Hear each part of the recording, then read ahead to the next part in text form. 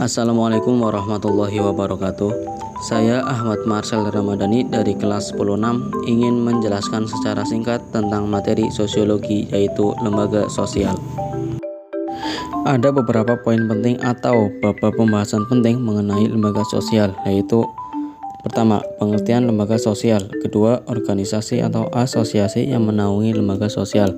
Ketiga, karakteristik lembaga sosial. Keempat, proses pertumbuhan lembaga sosial. Yang kelima, fungsi lembaga sosial. Dan terakhir, yaitu tipe-tipe lembaga sosial. Pembahasan penting yang pertama yaitu pengertian lembaga sosial. Apa sih yang disebut pengertian lembaga sosial? Dari istilah bahasa Inggris yaitu social institution, yang artinya peranata sosial. Menurut Selo Sumarjan dan Sulaiman Sumardi, yaitu lembaga kemasyarakatan.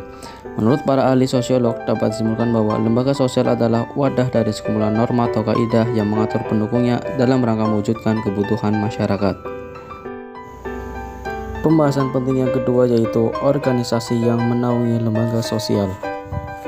Ada 5 organisasi atau asosiasi yang menaungi lembaga sosial, yaitu keluarga, contohnya KUA atau MUI, pendidikan, contohnya SD, SMP atau SMA, agama, contohnya masjid, gereja, pura, dan lain-lain, perekonomian, contohnya PT, Farma, CV, BUMN, dan lain-lain, dan pemerintahan, DPR, presiden, partai, dan parlemen. Pembahasan yang ketiga yaitu karakteristik lembaga sosial, yaitu memiliki simbol sendiri, memiliki tata tertib sendiri, usianya lebih lama, memiliki alat kelengkapan, memiliki ideologi, dan memiliki kekebalan atau daya tahan. Pembahasan selanjutnya yaitu proses pertumbuhan lembaga sosial dan fungsi lembaga sosial. Proses pertumbuhan lembaga sosial yaitu pertama sistem norma, lanjut ke perlembagaan, lanjut lagi ke lembaga sosial, dan yang terakhir internalisasi dalam kebiasaan masyarakat. Fungsi lembaga sosial, ada 2 fungsi lembaga sosial, yaitu fungsi manifest dan fungsi laten. Fungsi manifest yaitu fungsi yang disadari atau yang nyata, fungsi laten yaitu fungsi yang tidak disadari. Pembahasan yang terakhir yaitu tipe lembaga sosial. 1. Berdasarkan sudut perkembangannya. Ada creative institution yang artinya tidak sengaja tumbuh dari adat istiadat masyarakat, contohnya lembaga perkawinan, hak milik, dan agama. Dan innate institution yang artinya sengaja dibentuk untuk mencapai tujuan bersama, contohnya lembaga pendidikan dan lembaga utang piutang.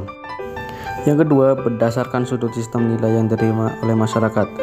Pertama, basic institution, yaitu lembaga yang penting untuk memelihara tata tertib dalam masyarakat, contohnya keluarga, sekolah, dan negara. Kedua, ada subsidiary institution, yang artinya berkaitan dengan hal yang dianggap kurang penting, contohnya rekreasi dan pariwisata. Ketiga, berdasarkan sudut penerimaan masyarakat. Pertama, approved and sanctioned institution, yaitu lembaga yang diterima masyarakat, contohnya lembaga sekolah dan perusahaan dagang. Kedua, unsanctioned institution, lembaga yang ditolak masyarakat, contohnya kejahatan, pencurian, dan penjudian. Yang keempat, berdasarkan sudut penyebarannya. Pertama, general institution, yaitu lembaga yang dikenal oleh sebagian besar masyarakat dunia, contohnya lembaga agama. Kedua, ada restricted institution, yaitu lembaga yang hanya dikenal oleh masyarakat tertentu, contohnya lembaga agama Islam, lembaga agama Kristen, dan lembaga agama Hindu. Kelima, berdasarkan sudut fungsinya.